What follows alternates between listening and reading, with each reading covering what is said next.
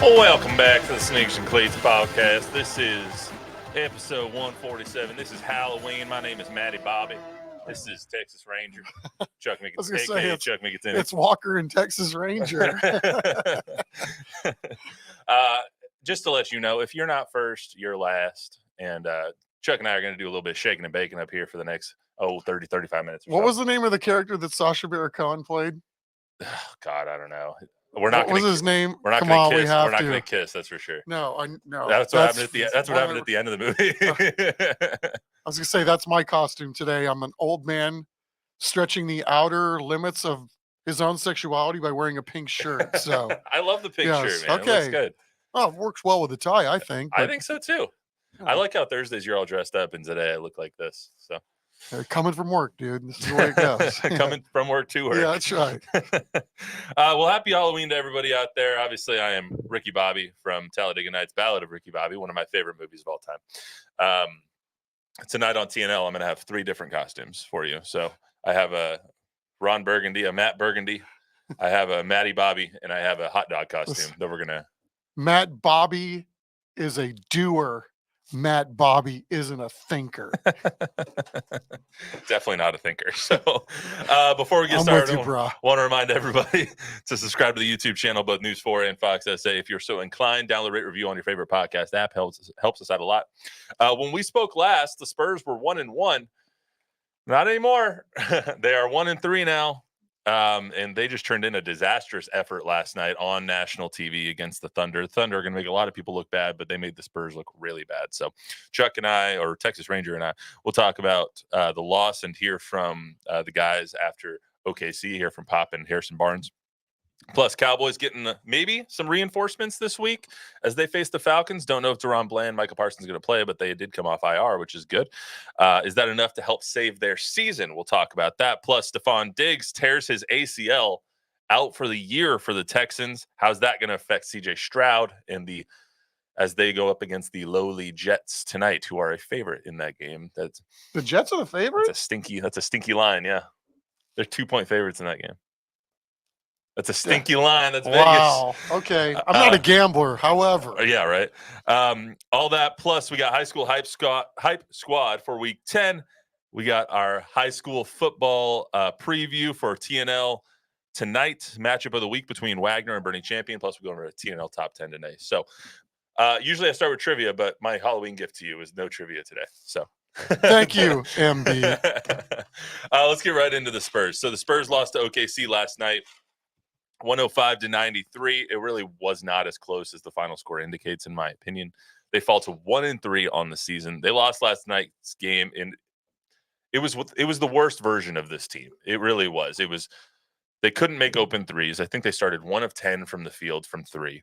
They turned it over 22 times, which led to 27 points on the other side. Wemby probably had his worst game as a pro. He made his first shot, I think it was 2 minutes into the game, did not make another field goal all game, ended with 6 points, which is a career low. I think it was 8 rebounds, 3 blocks. Just simply did not play well. I think he had 4 turnovers as well. The team just looked uninterested for a lot of the night. You know, they got off to a really good start, right? It was like, okay, they're here. And I thought the energy was pretty good last night, minus Victor. But I guess from what everybody's been spitballing is that he's a little under the weather. So, yeah, he said that against Houston after they played Houston. So, with that in mind, it's just sloppy basketball, right? I mean, they had, I believe, was it 13 or 14 turnovers by halftime? And then conversely, OKC was shooting the lights out. I mean, they had 13 threes in the first half. So although they weren't shooting it particularly well from the field, it was well under 50%. They were shooting 50% from 3, so that makes up for a lot.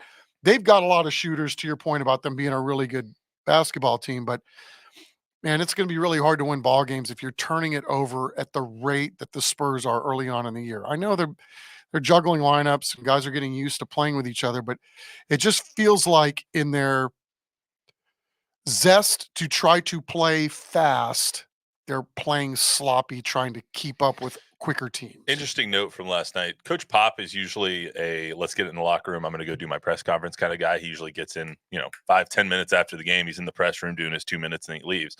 Last night was a significant delay to the press conference, which was noted by guys here in town, Mike Finger and whatnot. So they asked him when he got in there, why the delay? And he said, I was talking to my team. And it was in one of those tones where it's like, I had some words for them after today, because that's the difference, I think, this year, is that he, I don't want to say seems to care more, but seems to be putting more effort into coaching them instead of letting them figure it out. But this is what he said when he finally did get to the podium, and Harrison Barnes right after him. It's a very good team altogether. It's a playoff team that's very possibly go very deep into the playoffs and maybe do even better than that. So that's a fact. They're a better team than we are. But that's also beside the point. We're trying to get to their level. And it's basketball. It's the same things that get everybody to the next level, the next level, next level. And, the first thing for us is to realize it's a 48-minute game. The second half, we played them even. I think we scored a few more points than they did in the second half, actually, taking away the last minute and a half or 2 minutes. But that's 24 minutes. That's not 48. So I think that's probably the biggest thing for us to understand, that you have to bring it every quarter, every possession. And then the second thing is to take care of the ball. We gave up 27 points off turnovers again. We almost hit our record of 28 last year. We were one shy. That's not good. So that's where it's at. So give them credit. Hell of a team, really well coached. They're disciplined. They're consistent. I love their team. It's great. But I love my team too. But we've got more work to do than they do. And our guys have to understand that, embrace it, be professional about it, and want to be more consistent in all those areas. Yeah, I think it's just watching tape and just trying to drive home our identity of how we want to play. I think we've done that in the Spurs, and I think it's very evident on tape, which we saw when we do that and when we don't. So I think it's just playing with presence, playing with intention, and sustaining that effort and focus. Yeah, I mean, a lot of the things that Pop said there are things that he said last year. I mean, you got to have effort for 48 minutes. You have to rebound. You have to play with reckless abandon, but you have to play within yourself. You have to not turn the ball over, and you have to shoot better. And the only way you make up for shooting poorly is by giving great effort, playing good defense, and not turning the ball over. Yeah, and I liked what Harrison Barnes said about playing with intention, right? I mean, sometimes it just looks like it's willy-nilly, free-for-all. Guys are moving and they're trying to create some opportunities for each other. It just doesn't look like it's very cohesive at this point. And I don't know. We'll see where it goes from here. Yeah. I don't know. Obviously, I've never been an NBA coach. I've never been in the NBA, but I struggle to understand why it's so hard to be motivated night in and night out. Because it does seem like, I don't want to say they're taking nights off, but the way you look at it, I've seen such better efforts. I've seen halves, quarters with great effort. I've seen whole games with great effort in the last 2 seasons. And then you have games like last night where they take a half off, and then you're like, what just happened? I don't understand what the lack of motivation is there, or how hard it is to get up for every game. I don't either. I just haven't seen that in a lot of sports. But I can put myself in a lot of situations too. Like if I was a young guy in my early 20s and I had millions of dollars in my pocket, it would be probably pretty easy for me to, take a night off every now and then too. But, I'm not saying that that's what anybody did last night. I think sometimes if you're used to having things go against you, when things don't go your way in a basketball game, it's easy to kind of go, crap, here we go again. So, I don't want to make any excuses for him, right? That was, you're right. I don't think the score was indicative to how badly they got beat last night, but they're going to have to figure something out. And I don't know if it's just time on task that's going to be the ultimate solver of the problem. If you want to look at some positives from last night, which eternal optimist here. That last season, that would have been a 40-point loss. I think CP3 had a run there in the third quarter where he hit 2-3. I think he had 8 or 10 points out of 12 that kept him in the game. Harrison Barnes had a great third quarter that kept them in the game.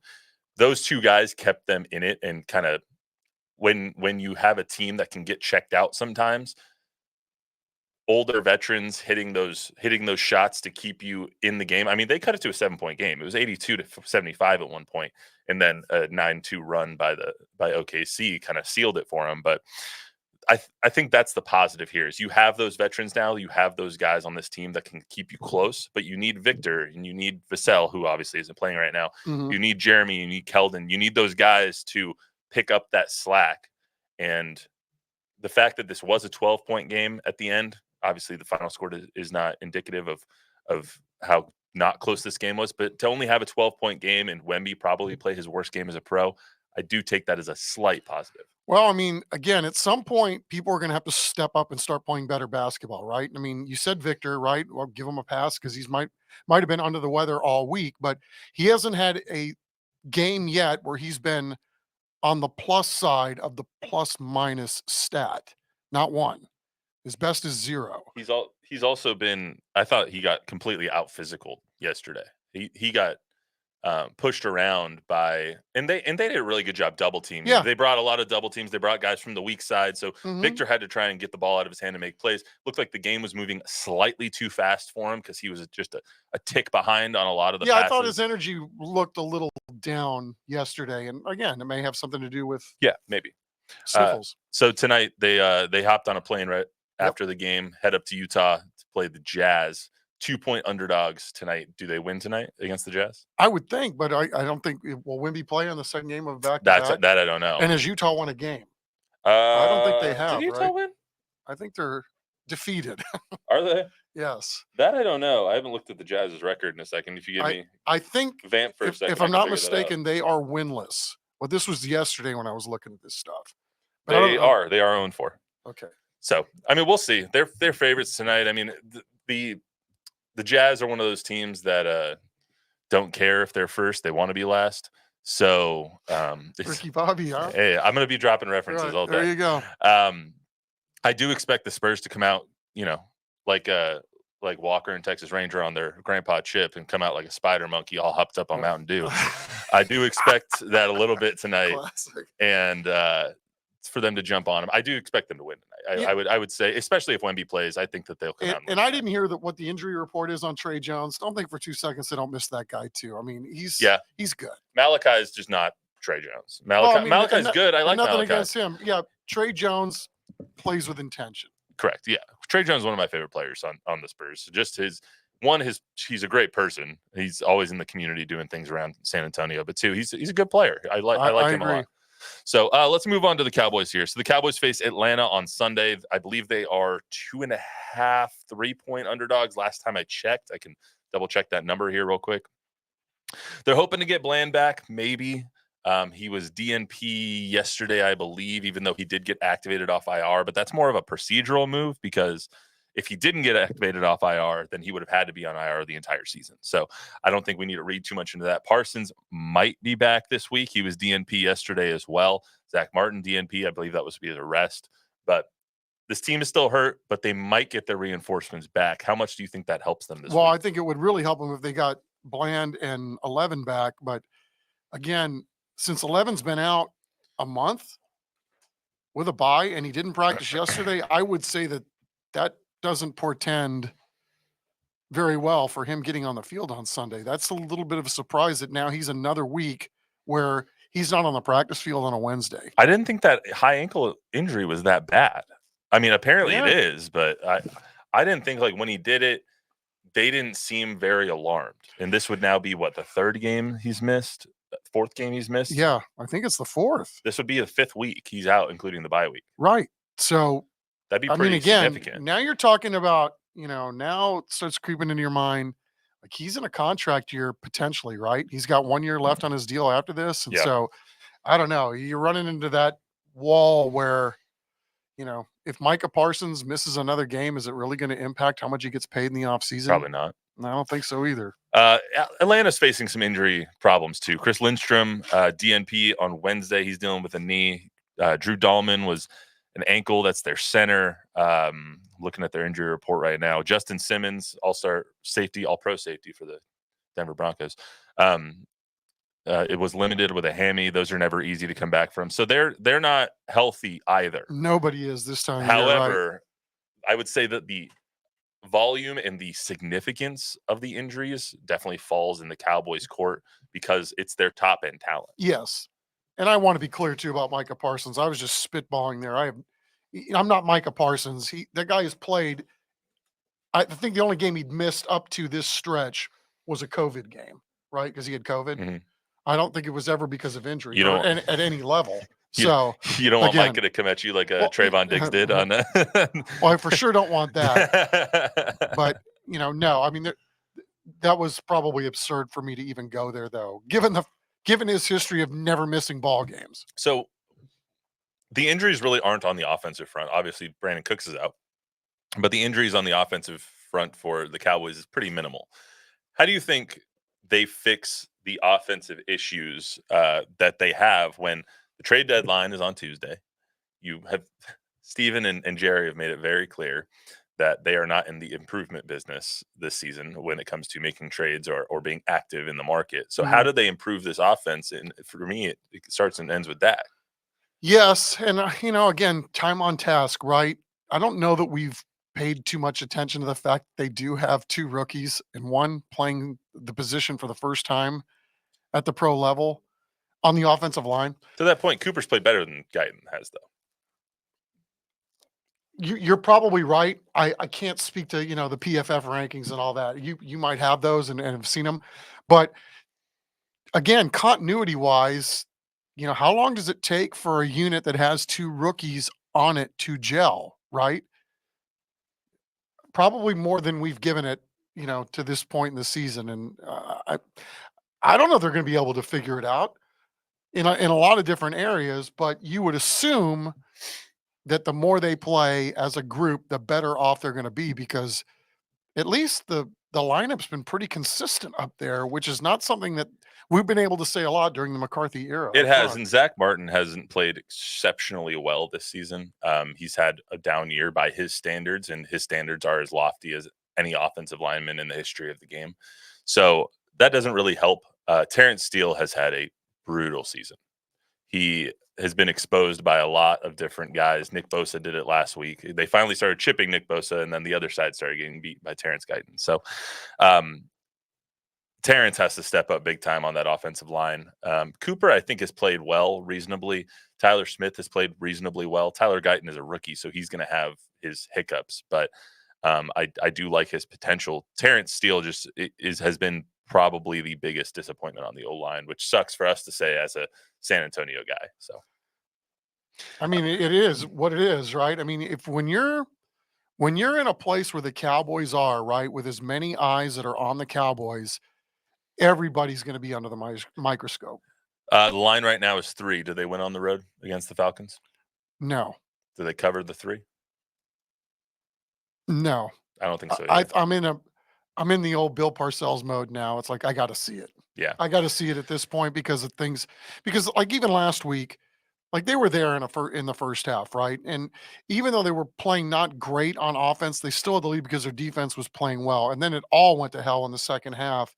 And so, maybe they made some strides last week to getting back on track and learning how to play differently with their big studs out. But I got to see it. Let's go on to I agree with you. I got to see it too. I don't think that the Cowboys are going to cover or win this weekend. I'm so out on them right now. Maybe they will. They probably will. They'll probably come out and surprise. We just jinxed them. It's a 3-point. It's a 3-point spread. The Falcons been playing really well. So that defense kind of sucks, but we'll see. Let's go to the Texans. So Texans play tonight, Thursday Night Football. Stefon Diggs, torn ACL, out for the season. Nico Collins already out. The injury bug hitting the Texans in one of the worst ways right now. How is Stefon Diggs being out, also Nico Collins obviously being out tonight, going to affect this team offensively? Yeah, I would hope for the Texans' sake that Collins is only out one more game because he's on the IR and he's due to come off next week. But I don't know. It begs the question, right? Did Diggs sign a 1-year deal? He did. So they ripped up his old deal, gave him a 1-year deal, and it was like, you know what you want out of this? We know what we want out of this. So let's just do and this. so it really stinks for him, It right? does. Obviously, because that cost him some money. Agree. So now, if you're the Texans and knowing that you've had some money allocated for this year at that spot, with the trade deadline coming on election day, do you then go out and make a move? Or, we talked about how deep they were at the wide receiver position going into training camp. Do you ride with the guys that you have? But I think it's going to be intriguing to see if they make a move for somebody before the deadline. I think you still have a decent room. I mean, John Mechie got his career high in catches last week after Stefon Diggs went out, and he is a very good receiver that has been marred by one of the worst things you can be marred by, which was cancer last year. Right. Tank Dell coming back from that shot, or from the shooting that he took, from the bullet that he took this past offseason. So he's been slow to get up to speed this year. Yeah, he's coming off a nasty leg injury too before the shooting. So there's a lot going on there in terms of him getting back to where he probably feels 100% comfortable. I mess up this other guy's name all the time, Xavier Hutchinson or something like that. They have as well. They have good old Bobby Trees, Robert Woods. They got him as well. So I mean, they still have a decent receiving core. It's like you just don't have the number one that's going to dictate coverage anymore. You don't have Nico there, so everyone doesn't have to focus on him. When all your coverage is focused on a Tank Dell, it's not going to help you a lot. So people can kind of focus in now on a Joe Mixon. Yeah, and there's still, man, Jimmy Ward has missed a bunch of games where I didn't think he was going to miss a month. I mean, man, my hat's off to these guys and what they've done last 2 years, right? Last year, they were one of the most banged up teams and still won a playoff game. And I've said it a million times, but again, they just have my utmost respect for how they've been able to pivot. Obviously, it speaks to their depth again this year that, even though they weren't at their best, they won a division game and now they're 2 up on the rest of their division, and they on the tiebreaker against the Colts. I mean, they're sitting pretty, even if they've got to, wait a week or two to get at least Nico back. You mentioned the trade deadline. Do you think they should go out and get something, especially given the fact that all 3 of the top AFC teams, when you look at the Ravens, the Bills, and the Chiefs, have already gone out and gotten themselves a weapon with DeAndre, with Amari Cooper, and with Deontay Johnson? That's a tough one, right? Because there's always that learning curve, even though some of these guys are so veteran based. I mean, I guess it depends on who you could get, right? If you could go out and get somebody who you really deem as a difference maker, but if it's just going to be a guy that is going to be a number 2 or a number 3, I don't know. Hey man, trade for Devontae Adams. He's not going anywhere. I was thinking about Devontae too, but it was like I was thinking, like, so on the surface there, it's like, yeah, you'd want a guy like that, right? Unless you knew something about him, like he's trouble in the locker room or he's divisive or whatever it is. And I'm not saying that he is. Again, all these things, like, you don't want to upset the apple cart at this point if you're the Texans, just to bring somebody in for quote unquote depth purposes, unless it's somebody that can really, really change the look of your offense. If I'm them, maybe I'm trading for an offensive lineman, maybe on the down low. Fair enough. Tonight, they're 2-point underdogs to the 2-6 Jets in the Meadowlands. The Jets are 2-6. The Texans are 6-2, and the Jets are -2 tonight. You think Vegas knows something we don't? That's kind of 90. Last time I looked at it, because I always pay attention to this stuff, just because it helps me kind of gauge where the public is thinking and where the pros are thinking. 90% of the money, or 90% of the bets, are on the Texans. 90% of the money is on the Texans. Who do you think's going to win tonight? Jets, Jets. I would. Yeah, I'm not a conspiracy theorist, but I do know there's a lot of people in the world smarter than me. A lot of them work in Vegas, and if you're going to let the Texans public have 90% of the money and 90% of the bets, and you're going to make the Jets the favorites, I know they know something that I don't know. I think that's reasonable to think in that direction. So I would almost be surprised if the Texans win tonight. So that's just my theory. But on the surface, as 2 analysts, you have to go with the Texans in this game. Luis, you're pointing at that, but I don't have my actual glasses on, so you look like a big ass blur to me right now. 25. Okay, thank you. I was looking at that earlier because I have these obviously on. They're not prescription. They came with the costume. So I don't have my actual glasses on, and I was just like, I don't know what that means. Let's get to the high school hype squad here real quick before we get out of here. Also, a reminder, we will not have a podcast episode on Monday. We will not have a podcast episode on Monday. Everybody get out and vote. Do your civic duty. Get out. Doesn't matter who you vote for. Just get out and do it. It's what makes us an awesome country is that it's a democracy and we can all get out and express our opinion, even if we all hate each other's opinions. So that's right. And it's not a democracy; it's a republic. Okay, sorry. Anyway, see, we'll start with that. At least it's not a monarchy, all right? Yes. Or any of the other types of governments. Brother. Amen. Let's go to the high school hype squad. So week 10. Actually, it's week 10. Wow. Sorry, I didn't update that super. It's week 10, not week 9. What an idiot I am. It's just flying by. It really is. Like, I can't believe that we only have 2 weeks left of the regular season. Did I? Okay, good. You have a pen? I'll show you what time was like for me. I don't have a pen. Draw a circle here, and this is your walk across time. Somebody did this. And now it's like you're walking through that. That's what it's right? It's going quick, man. It's crazy. So let's just go through the TNL top 10 real quick. There's not a lot of changes. Honestly, there hasn't been a lot of good games for the TNL top 10, so I'm kind of going to race through these a little bit.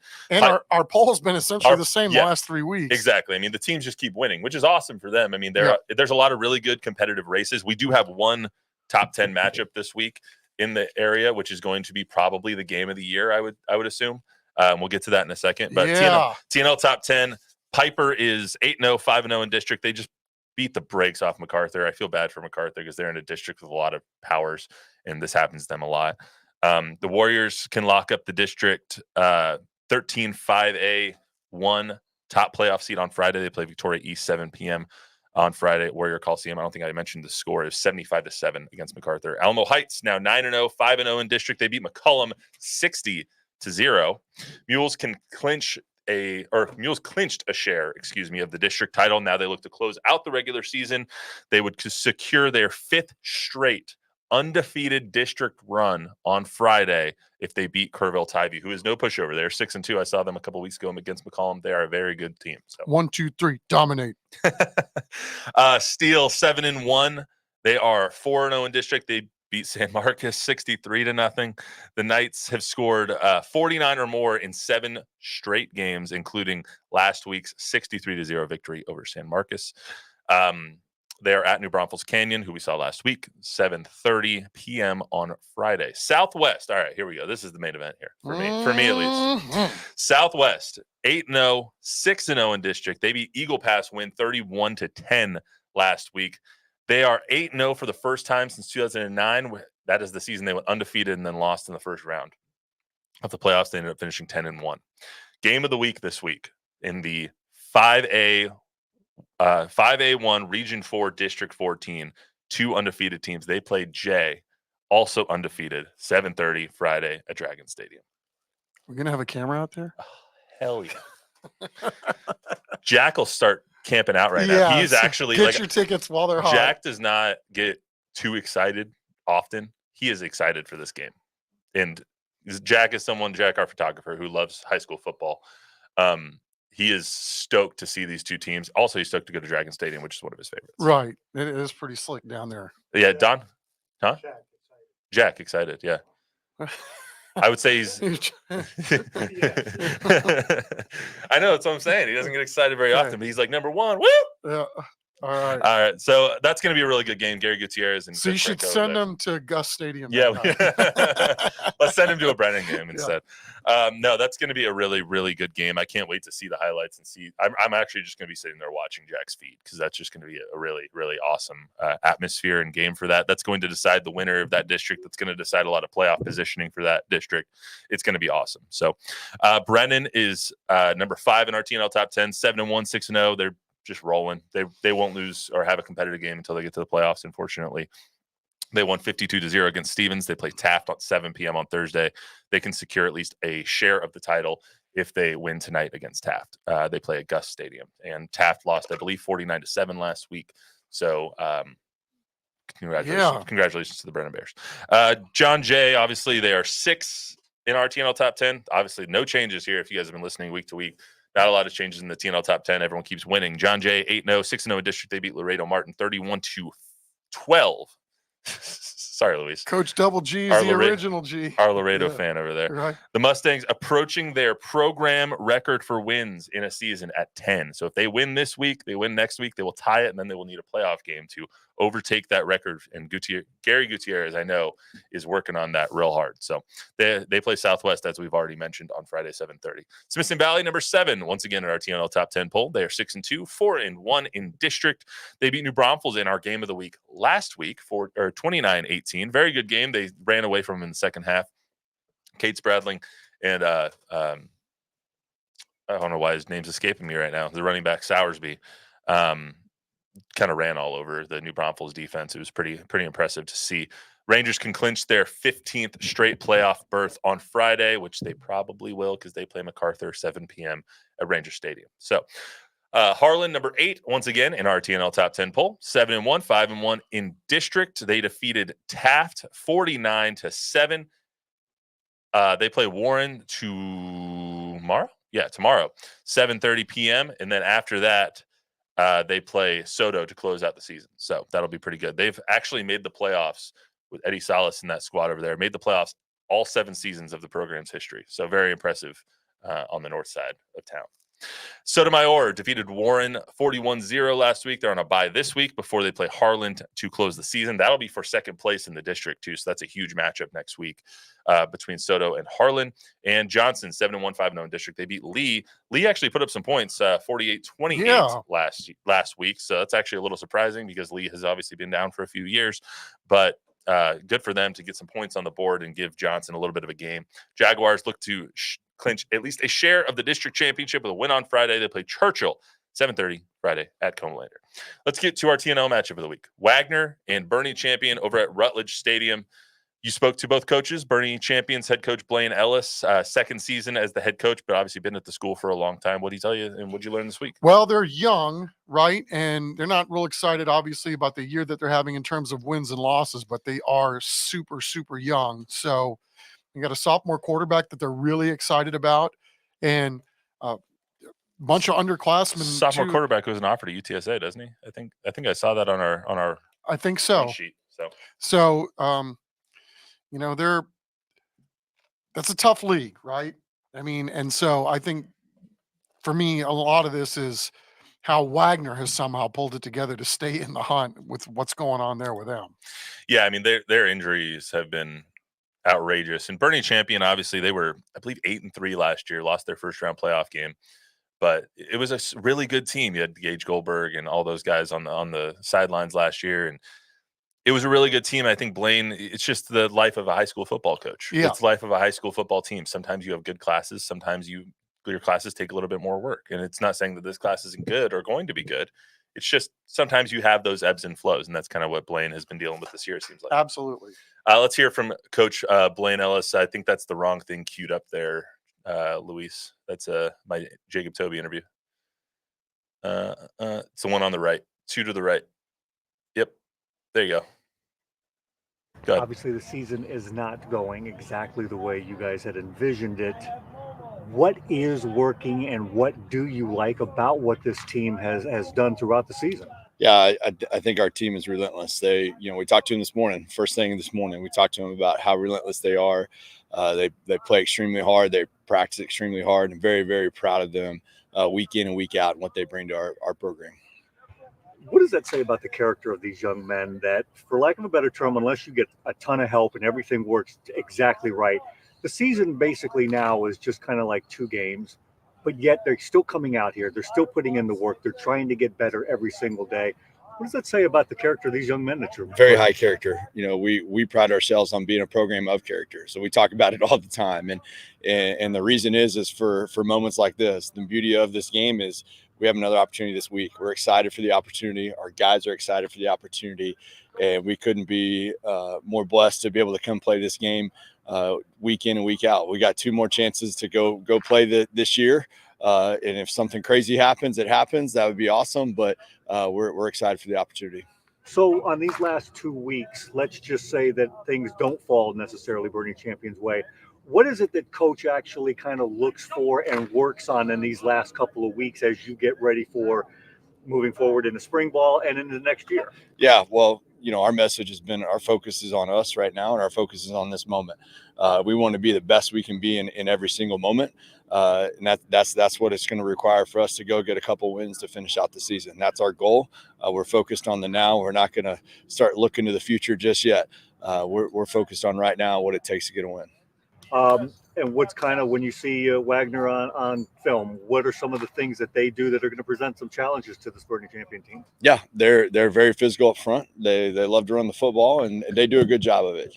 They're very well coached, and defensively they move around very well, and they give a lot of different looks. So those can present challenges, but our guys are up for it, and we're excited for it. It's going to be a really fun game. Speaking of the Wagner Thunderbirds, Coach Jason Daron over there runs the military. That's correct.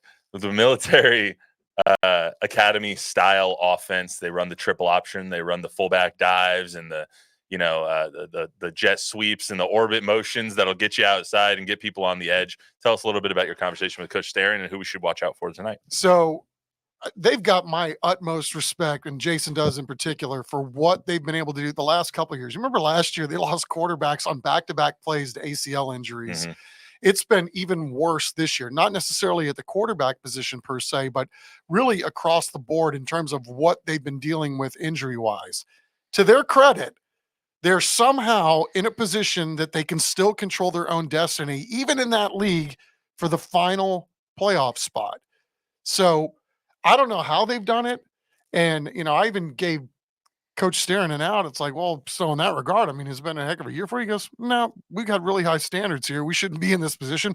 We were running with Piper. We were right there with him. I mean, he went right down the list of all the bullies in the league, and they were right there in all those games. I mean, I think this is a really good team. They're obviously really well coached. They run their system better than anybody. But to think of what they've had to deal with in terms of kids that are banged up, it's just, I mean, we see it every week, right? How do you get these guys up to speed so quickly? It's really fascinating. And again, it's another sign that you can see with your own two eyes that these coaches really are great for these kids at, not only teaching them and coaching them up on the field, but what they're doing for these kids off the field too. Yeah, absolutely. And the fact that they're even in the playoff hunt is very impressive, especially in that district when you have two of the best teams in our area. I believe two of the top 7 teams in our TNL top 10 poll, Smithson Valley and Piper in that district. It's not something to take lightly. And no, so absolutely. Yep. They got a good running back. They got a linebacker that, I can't wait to get into this story tonight too. That's turned down Oklahoma State, Purdue. He's going to play at Texas State. I mean, so there's going to be some dudes on the field tonight, as you'd expect. We see them every week, but it's going to be a lot of fun tonight for a lot of different reasons. And I think, Boerne Champion needs a miracle at this point. I don't think have been mathematically eliminated from postseason contention, but imagine being a young team like them and you get a game like this. It's blown up on not only TV, but the internet as well. I mean, this is a chance for them to make their whole season in one night. Hopefully Coach or that young man didn't watch the Texas State game on Tuesday. Let's hear from Coach. Well, probably not the exact way that you wanted the season to go, but you're still in the playoff hunt if you take care of business and everything kind of goes your way over the last couple of seasons. What do you like about this unit and where they're at right now? Well, this team has done a good job of kind of plug and play. We've had some injury issues. We don't want to use that as an excuse, but we run systems on offense and defense. And so we've been able to use JV kids. We've been able to move kids from other positions. And the fact that they, and responding to adversity is one of those cliches that coaches are trying to teach across the city, across the state. But that's a fact around here. We've been dealing with injuries and the kids have stepped up and battled back. So that's an awesome character trait to have in a group of kids.